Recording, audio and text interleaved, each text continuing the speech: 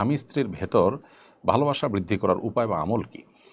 দেখুন, স্বামী স্ত্রীর পারস্পরিক ভালোবাসা বৃদ্ধি করার জন্য কয়েকটি উপায় আছে।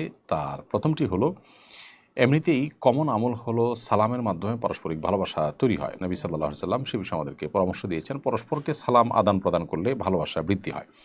আরেকটি বিষয় তিনি বলেছেন, যে মানুষ যখন হাদিয়া আদান প্রদান করে, উপহার আদান প্রদান করে, তখন তাদের মধ্যকার ভালোবাসা তৈরি হয়। অতএব স্বামী স্ত্রীকে, স্ত্রী তার সাধ্য অনুযায়ী স্বামীকে উপহার দিবেন, সারপ্রাইজ দিবেন, আনন্দের কারণ হয় সে বিষয়গুলো তাকে উপহার হিসেবে দিবেন। তার ক্ষুদ্র সামর্থ্য থাকলে ক্ষুদ্র সামর্থ্য দিয়ে কোনো উপহার দিবেন। এর মাধ্যমে পারস্পরিক ভালোবাসা বৃদ্ধি হয়।